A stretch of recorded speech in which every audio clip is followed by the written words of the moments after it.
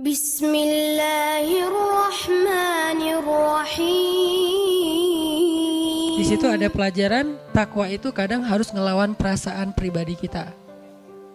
Kadang-kadang takwa itu nggak ngikutin perasaan kita, justru ngelawan perasaan kita. Kita pengen gini, Allah pengen gitu, kita gitu. Kita pengen gitu, Allah pengen gini, kita gini. Sami'na wa ata'na. Kadang-kadang kita ngelawan ego kita sendiri. Maafin. Ya udah saya maafin. Minta maaf, minta maaf. Itu takwa tuh. Karena ketika Allah menyebutkan kisah Abu Bakar yang baper gara-gara baper sama salah satu keluarganya, gara-gara keluarganya ini ikut nge-repost hoax tentang anaknya Abu Bakar. Apa hoaxnya? Aisyah selingkuh. Trending di Line, di Twitter, kan itu tools trending topik kan, ada di Line dan Twitter. Rata-rata kalau udah di situ trending, di tempat lain trending. Kalau di Instagram dia bukan tools buat sebuah trend, lebih ke branding kalau Instagram, karena dia visual video gitu. Viral, Aisyah selingkuh. Yang menyakitkan Abu Bakar itu bukan beritanya, tapi yang nge-repostnya siapa? Kalau yang nge-repostnya orang munafik, kalau yang nge-repostnya orang-orang Yahudi, Nabi ya Abu Bakar paham, namanya juga orang Yahudi, namanya juga orang munafik, emang selalu nyari-nyari kesalahan kita, memfitnah segala macam. Tapi ternyata yang ikut nge-repost itu salah satu dari keluarganya Abu Bakar yang selama ini, kalau bahasa anak-anak sekarang, which is actually yang selama ini gitu kan, yang selama ini selalu dibantu sama Abu Bakar. Setiap saat dibantu, kuliahnya dibayarin, kos-kosannya dibayarin, makannya dibayarin. Abu Bakar tuh bantuin dia terus setiap hari, setiap minggu, setiap bulan. Tega-teganya dia nge-repost berita yang belum tentu kebenarannya tentang fitnah hoax terhadap Aisyah radhiyallahu anha. Sehingga Abu Bakar marah, baper, sedih, sakit hati, kecewa. Kalau bahasa kita story. Demi Allah, saya nggak mau lagi bantu @fulan_fulan. Ini kalau bahasa kita ya. Abu Bakar nggak ngomong gitu sih. Ini kalau analogi sosial media kita. Demi Allah kata Abu Bakar, saya nggak mau lagi bantu dia.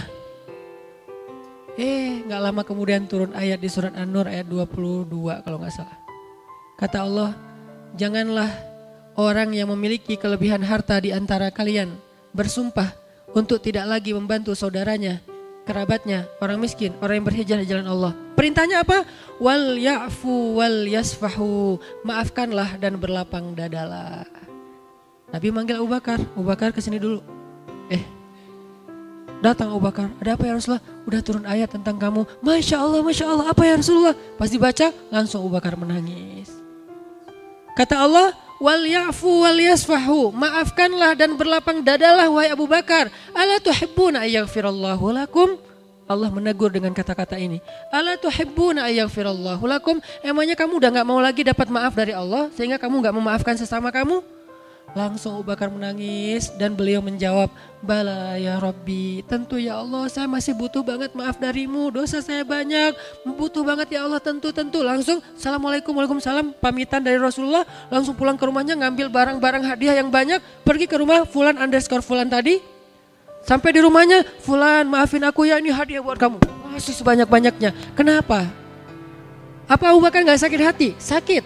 Apa Abu Bakar gak marah? Marah, buktinya dia sumpah. Terus kenapa kok langsung minta maaf, memaafkan dan kasih hadiah?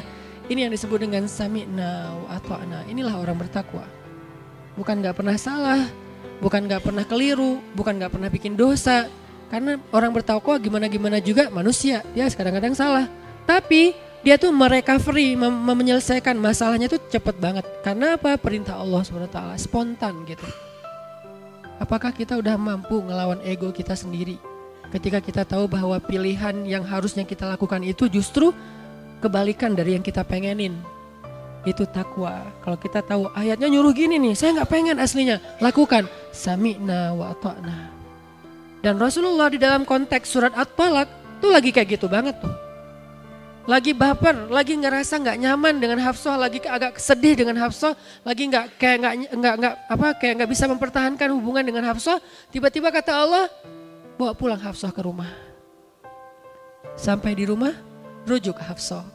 Dirujuk, Hafsah kamu saya rujuk. Beres. Pertanyaannya dengan ayat tadi apa? Wa may yattaqillah. Yattaqillah dalam konteks Nabi waktu itu apa? Taat kepada Allah untuk bawa pulang Hafsah ke rumah. Makhrajanya di mana? Makhraja, jalan keluar untuk Nabi dan Hafsah.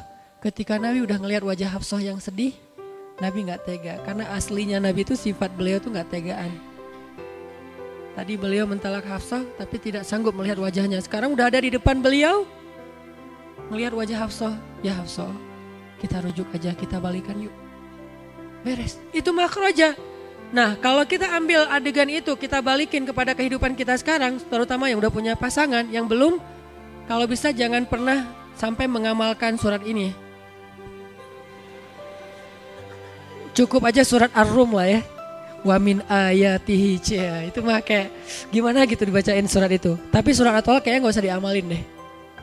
Karena gak perlu sampai ada adegan tolak. Tapi kalau ternyata di luar dugaan kita, di luar perkiraan kita terjadi, maka Allah udah siap-siap, udah ngasih kita sebuah tutorial gimana caranya biar kita dapat jalan keluar. Jalan keluarnya apa?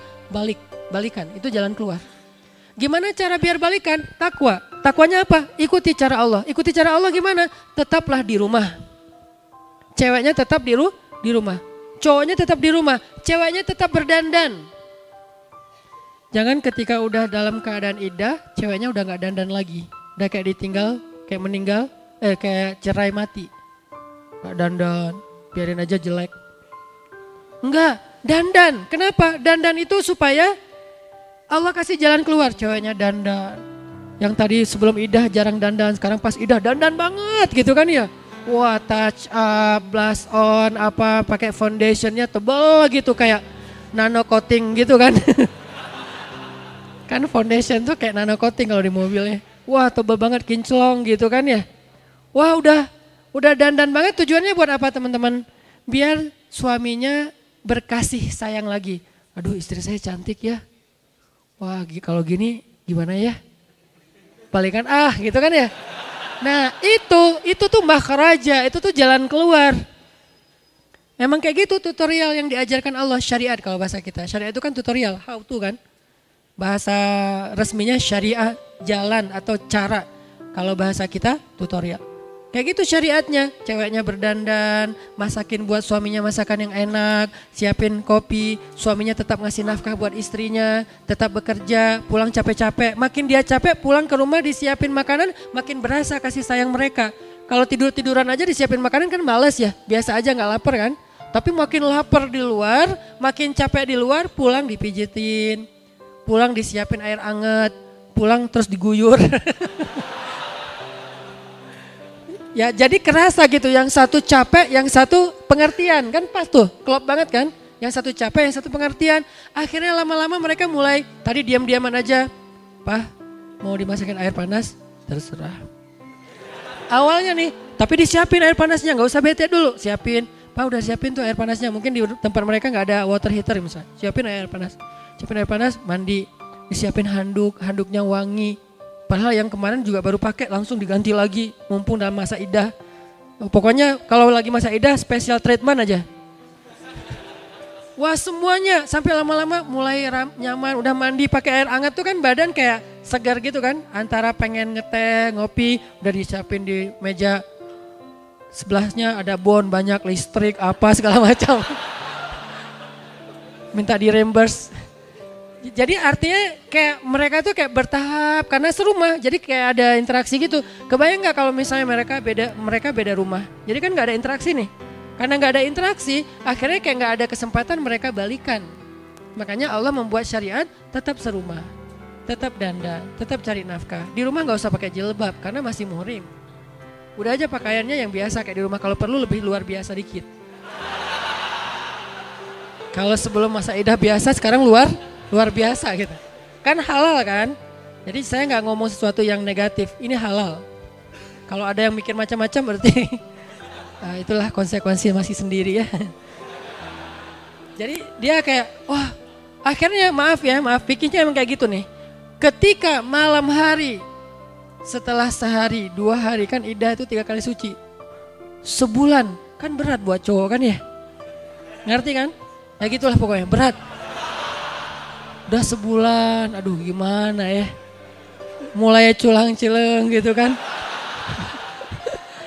Nah begitu udah sebulan, ceweknya makin kesini tuh makin dandannya tuh makin keren. Jangan terlalu menor juga sih bikin ilfil ya. Ya standar lah, keren lah, natural tapi dia kayak gitulah. Jadi suaminya tuh aduh gimana ya, akhirnya maaf. Kalau mereka dalam masa idah itu suatu saat akhirnya suaminya datang kepada istrinya. Lalu mempergaulinya secara terhormat, secara baik-baik, secara halal. Maka otomatis mereka udah balikan. Udah rujuk. Dan itu bahasa Al-Quran udah dapat jalan keluar. Apa jalan keluarnya? Mereka damai. Ustadz, saya agak penasaran nih. Pas mereka datang kayak gitu tuh, terus mereka ngomongnya, kita balikan yuk atau gimana Ustadz? Gak perlu akad, gak perlu, saya terima nikahnya, gak perlu.